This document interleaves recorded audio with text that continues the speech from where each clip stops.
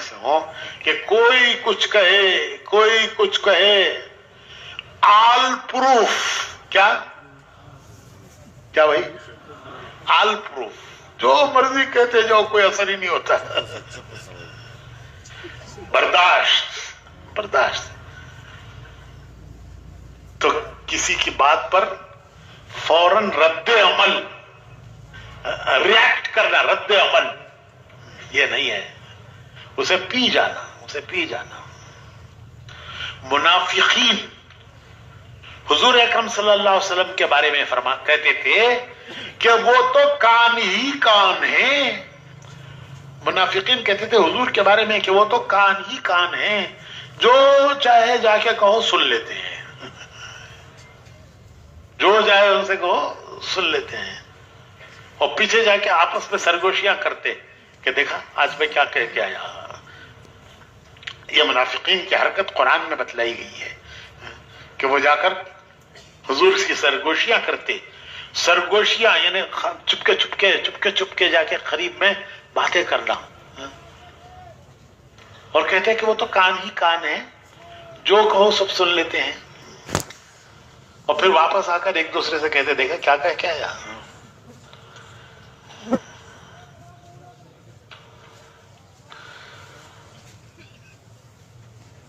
تو بھائیو ٹھنڈا دماغ ہو، کسی پر رد عمل نہیں. حدیث شریف میں آتا ہے کہ ایک آدمی تمہاری برائی کر رہا ہے، تم اس کی 10 برائیاں جانتے ہو. وہ تمہاری ایک برائی کر رہا ہے، تم اس کی 10 برائیاں جانتے ہو، لیکن تم خاموش رہ جاؤ. اس کی ان 10 برائیوں کا ذکر نہ کرو. وہ تمہاری ایک کر رہا ہے، سن لو. تم اس کی 10 جانتے ہو، نہ کرو. تمہیں اللہ اس کی برکت سے جنت کے اعلیٰ درجے دے گا. ایک مرتبہ حضور اکرم صلی اللہ علیہ وسلم تشریف فرما تھے، حضرت ابو بکر بیٹھے ہوئے تھے. ایک شخص آیا اور اس نے آ کر حضرت ابو بکر کو برا بھلا کہنا شروع کیا. برا بھلا، ان کی شان کے خلاف. حضور مسکراتے رہے. وہ حضرت ابو بکر کو ایسی ویسی باتیں سنا رہا ہے اور حضور خاموش ہے. مسکراتے رہے نہیں، خاموش ہے. تھوڑی دیر کے بعد حضرت ابو بکر نے جواب دیا. بہت دیر ہو گئی، بہت سن لیا، تو اب کتنا سنیں گے بھائی؟ کوئی ایک آدھ جواب تو دے دو. یہ اندر سے ابھارتا ہے نفس کہ بھائی کتنا سنیں گے بھائی، ایک آدھ جواب تو دے دو. تو حضرت ابو بکر نے ایک جواب دے دیا. حضور اٹھ کر چلے گئے. حضرت ابو بکر پیچھے گئے.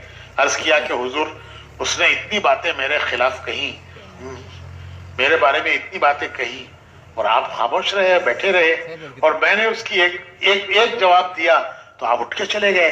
تو حضور نے فرمایا کہ میں دیکھ رہا تھا کہ وہ تمہیں برا بھلا کہہ رہا تھا، تمہاری طرف سے ایک فرشتہ جواب دے رہا تھا. وہ جو تمہیں برا بھلا کہہ رہا ہے تو تمہاری طرف سے ایک فرشتہ جواب دے رہا تھا. اور جب تم نے جواب دیا تو وہ فرشتہ چلا گیا کہ میرا کام نہیں ہے. اب تک تم خاموش تھے، وہ فرشتہ جواب دے رہا تھا. جب تم نے جواب دیا تو فرشتہ چلا گیا کہ اب یہ اپنا کام خود کر رہے ہیں. اور وہاں شیطان آیا تو میں وہاں نہیں بیٹھ سکتا، میں اٹھ کے چلا آیا. تو بھائیو ہمارے ساتھی ہیں، یہ ہماری مسجد کی جماعت کے ساتھی ہیں، یہ ہماری مسجد کی جماعت کے ساتھی ہیں، یہ ہمارے شہر کے ساتھی ہیں، یہ ہمارے علاقے کے ساتھی ہیں.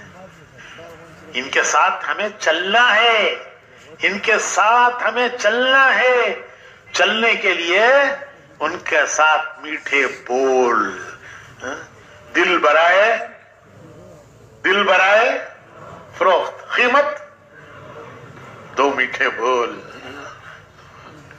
تو ان کے ساتھ ہمیں چلنا ہے تو ہمیں ان کے لیے میٹھی زبان رکھنی پڑے گی. تو دماغ ٹھنڈا رکھنا پڑے گا کہ ان کی باتیں، ان کی کوئی ایسی نامناسب بات جو ہمیں پسند نہیں ہے وہ آئے تو برف کی سل پر پڑ کر بجھ جائے، وہ پانی کے قطروں کی طرح تیل پر پڑ کر واپس بھڑک کے نہ جائے۔ تو ہمارے اوپر آئی، ہم نے جھیل لیا، اسے بجھ گئی وہ، اور اگر ہم نے جواب دے دیا تو وہ الٹی گئی، جیسے کڑھائی کے تیل پر پانی کی چھینٹیں پڑے۔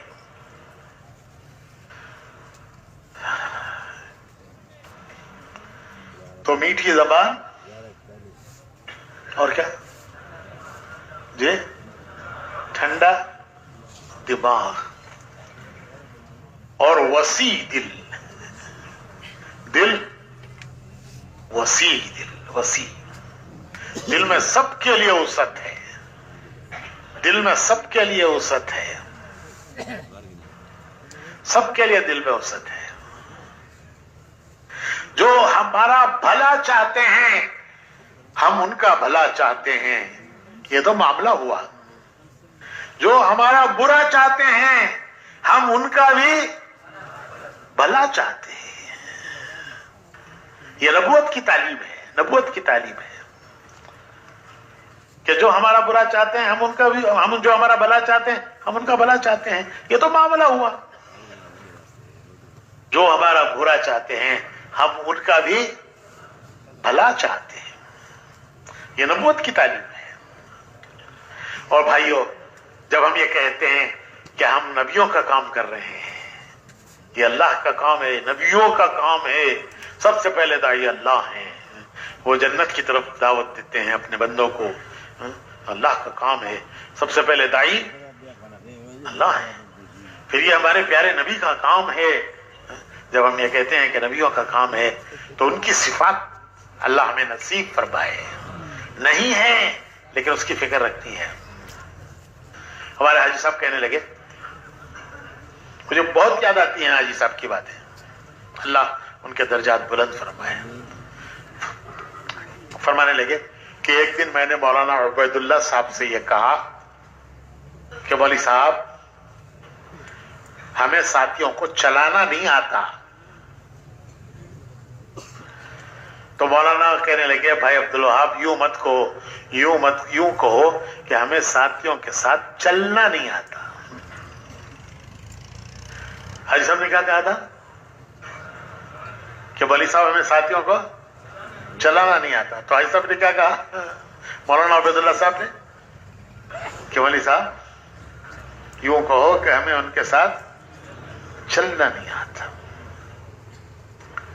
تو اپنا قصور دیکھنا کہ ہم کیسے چلیں، ہم ان کو کیسے چلائیں، یہ نہیں ہے، یہ کہ ہم کیسے چلیں ان کے ساتھ۔ حاجی صاحب کہنے لگے، میں بہت دنوں کے بعد، مجھے یاد نہ رہا، بہت دنوں کے بعد پھر میں نے ایک مرتبہ عرض کیا مولانا عبید اللہ صاحب سے کہ مولوی صاحب ہمیں ساتھ، ذرا بے تکلفی تھی، مولانا عبید اللہ صاحب میں اور حاجی صاحب میں ذرا بے تکلفی تھی، تو میں نے ایک مرتبہ، مجھے یاد نہ رہا، بہت دنوں کے بعد میں نے ایک مرتبہ عرض کیا کہ مولوی صاحب ہمیں ساتھیوں کو جوڑنا نہیں آتا، ہمیں ساتھیوں کو جوڑنا نہیں آتا۔ تو مولانا عبید اللہ صاحب بولے کہ بھائی عبدالوہاب یوں کہو کہ ہمیں ساتھیوں کے ساتھ جڑنا نہیں آتا، ہمیں ساتھیوں کے ساتھ، حاجی صاحب نے کیا کہا تھا، جوڑنا، ساتھیوں کو جوڑنا نہیں آتا۔ تو حاجی صاحب نے کیا، مولانا عبید اللہ صاحب نے کیا کہا کہ ہمیں ان کے ساتھ جڑنا نہیں آتا۔ تو بھائیو، کام جو ہے وہ سب کے ساتھ جڑنا ہے اور سب کو جوڑنا ہے، اس کے لیے دل وسیع ہو، دل وسیع ہو، وسیع۔ حضور اکرم صلی اللہ علیہ وسلم کا دل وسیع، سمندر کی طرح وسیع، سمندر کی طرح وسیع۔ جانتے تھے کہ یہ منافقین ہیں، اللہ نے بتلایا تھا کہ یہ منافقین ہیں، لیکن آپ نے اپنے عمل سے کبھی یہ ظاہر نہیں ہونے دیا کہ آپ جانتے ہیں کہ یہ منافق ہے۔ وہ جا کے سرگوشیاں کرتے تھے, کان میں باتیں کرتے تھے, لوگوں کو دکھانے کے لیے کہ دیکھو ہم کتنے قریب ہیں حضور کے, اور پیچھے جا کے آپس میں باتیں کرتے تھے کہ دیکھو سب کہہ کے آیا ہوں کان میں. وہ تو کان ہی کان ہے.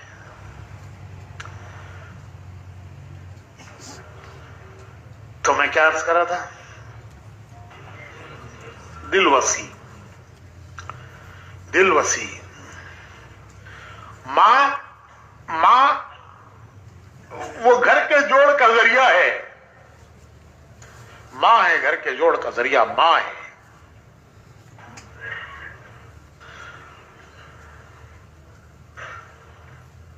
چار بچے ہیں, ایک بچہ ڈاکٹر, ایک بچہ انجینئر, ایک بچہ مولانا صاحب. ایک ڈاکٹر, ایک انجینئر, ایک مولانا صاحب, چوتھا بیکار صاحب. کیا چوتھا چلا گیا ہے؟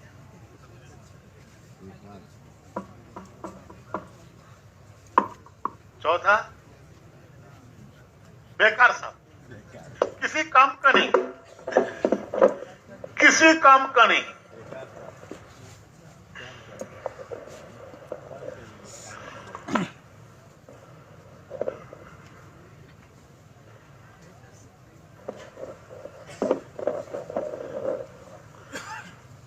یہ بتائیے کہ ماں کی شفقت کس کے ساتھ زیادہ ہے؟ ماں کی شفقت, بیٹے تو چاروں ہیں, مولانا صاحب کے ساتھ زیادہ ہے یا ڈاکٹر صاحب کے ساتھ زیادہ ہے یا انجینئر صاحب کے ساتھ, کس کے ساتھ زیادہ ہے؟ ارے جو بیکار صاحب ہیں ان کے ساتھ زیادہ ہے. جو بیکار ہے کسی کام کا نہیں ہے, ماں کی شفقت اس کے ساتھ زیادہ ہے, اس کا لگاؤ اس کے ساتھ زیادہ ہے. باپ خفا ہوتا ہے, غصے میں آتا ہے, گھر سے نکال دیتا ہے, نکل جا باہر, باہر نکال دیتا ہے گھر سے. ماں اسے پیچھے کے دروازے سے اندر بلا لیتی ہے اور پھر باپ کو بھی سمجھاتی ہے دیکھو ایسا مت کرو, یہ باہر چلا جائے گا تو ساری دنیا کہے گی کہ تمہارا ہی بیٹا ہے, اسے اندر ہی رکھو, اسے اندر ہی رکھو. اندر باہر نکال دو گے تو جو کچھ گلی میں کرے گا, محلے میں کرے گا, سارا گھر, سارا محلہ تمہیں ہی بدنام کرے گا کہ دیکھو فلاں کا بیٹا ہے, اسے گھر میں ہی رکھو, جو کچھ کرتا ہے گھر میں ہی کرنے دو, اسے باہر مت نکالو. تو باپ کو سمجھاتی ہے, بیٹے کو سمجھاتی ہے کہ ارے باپ تیری بھلائی کے لیے کہہ رہا ہے, تیرا ہمدرد تیری بھلائی کے لیے کہہ رہا ہے, تو اس کی بات مان لے, اسے ناراض مت کر, اس کی رضا اللہ کی رضا ہے, اس کی ناراضگی اللہ کی ناراضگی ہے. تو باپ کو بھی سمجھاتی ہے, بیٹے کو بھی سمجھاتی ہے. تو ماں گھر کے جوڑ کا ذریعہ ہے, نبی امت کے جوڑ کا ذریعہ ہے. ماں گھر کو جوڑتی ہے, نبی امت کو جوڑتے ہیں, اور داعی اپنے سب کام کرنے والوں کو جوڑتا ہے, سب سے جڑ جاتا ہے, سب کو جوڑ لیتا ہے. اللہ نصیب فرمائے ہمیں, اللہ ہمیں نصیب فرمائے. اللہ سے دعائیں مانگنی ہے کہ اللہ پاک اس طرح کام کرنے کی توفیق دے جس طرح کام کرنا اسے پسند ہے, اس طرح اس مبارک اس محنت پہ چلنے کی توفیق دے جس طرح چلنا اللہ کو پسند ہے. اور مشورے کے پابند ہو کے چلتے رہے. کوئی کام, میں نے شروع میں عرض کیا کہ اس دعوت کے کام میں اجتہاد نہیں ہے, تقلید ہے. اجتہاد کیا؟ اپنی سمجھ سے کرنا. تقلید کیا؟ بڑوں سے پوچھ کے کرنا. سلامتی کا راستہ ہے. اور میٹھی زبان, ٹھنڈا دماغ, وسیع سمندر کی طرح سب کو سمو لیتا ہے.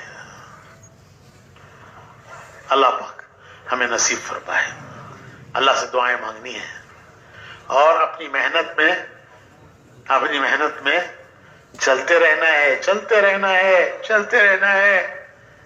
اور مانگتے رہنا ہے, چلتے رہنا ہے اور مانگتے رہنا ہے. کبھی شیطان یہ بھی دھوکہ دیتا ہے کہ اتنے دنوں سے چل رہے ہیں بھائی, 5 دن کے پرانوں کے جوڑ میں رائے میں جتنی باتیں سنی, کوئی بھی اندر پیدا نہ ہوئی, کوئی بھی اندر پیدا نہ ہوئی, اتنے دنوں سے چل رہے ہیں, یہ کہاں کچھ بھی نہیں پیدا ہوا, تو کیا کرو, کیا کرو. ہمارے حضرت جی رحمت اللہ علیہ فرمایا کرتے تھے لگے رہو. حضرت جی ہمارے جو فرمایا کرتے تھے لگے رہو, لگے رہو, جو آنا ہے وہ آتا چلا جائے گا, جو آنا ہے وہ آتا چلا جائے گا. ہمارا کام, حضرت کے جملے ایک دو الفاظ ہوتے تھے لیکن وہ پورا سمندر ہوتا تھا. فرماتے تھے لگے رہو, لگے رہو, جو آنا ہے وہ انشاءاللہ آتا چلا جائے گا. اور ہمارے مولانا ابراہیم صاحب ایک مثال دیتے ہیں کہ آم کے درخت میں جب آم لگتا ہے, پندا چھوٹا سا, اس کا سائز چھوٹا, اس کا رنگ ہرا, خوشبو کچھ نہیں, مزہ کڑوا کسالا, لیکن جب لگا رہتا ہے درخت پہ, لگا رہتا ہے, لگا رہتا ہے, آم کے درخت میں آم کا پندا لگا رہتا ہے, آہستہ آہستہ اس کا سائز بڑھتا ہے, پھر اس میں رنگ آتا ہے, آہستہ آہستہ سائز بڑھتا ہے, اس پہ پھر رنگ آتا ہے, اور پھر اللہ اپنی قدرت سے اس میں رس بھرتے ہیں, رس بھرتے ہیں. تو بھائیو ہمارا کام تو لگے رہنا ہے. جیسے آم کے درخت پہ آم کا پندا لگا رہتا ہے, زبردست بارشیں پڑتی ہیں, ہوائیں چلتی ہیں, درخت کو ہلا کے رکھ دیتی ہیں, ایسی تیز ہوائیں چلتی ہیں کہ درخت کو ہلا کے رکھ دیتی ہیں, لیکن وہ لگا رہتا ہے, لگا رہتا ہے, لگا رہتا ہے. زبردست بارشیں ہوتی ہیں, وہ لگا رہتا ہے. وہ توڑ دینا چاہتی ہیں اس کے تعلق کو, درخت سے کاٹ دینا چاہتی ہیں, لیکن وہ لگا رہتا ہے. جب وہ لگا رہتا ہے تو پھر اللہ پاک اس کے اندر وہ سب چیزیں اللہ اپنی قدرت سے لاتے ہیں, اس کا سائز بڑھاتے ہیں, اس کا رنگ بدلتا ہے, اس میں خوشبو آتی ہے, اس پہ اپنی قدرت سے اللہ رنگ بھرتے ہیں.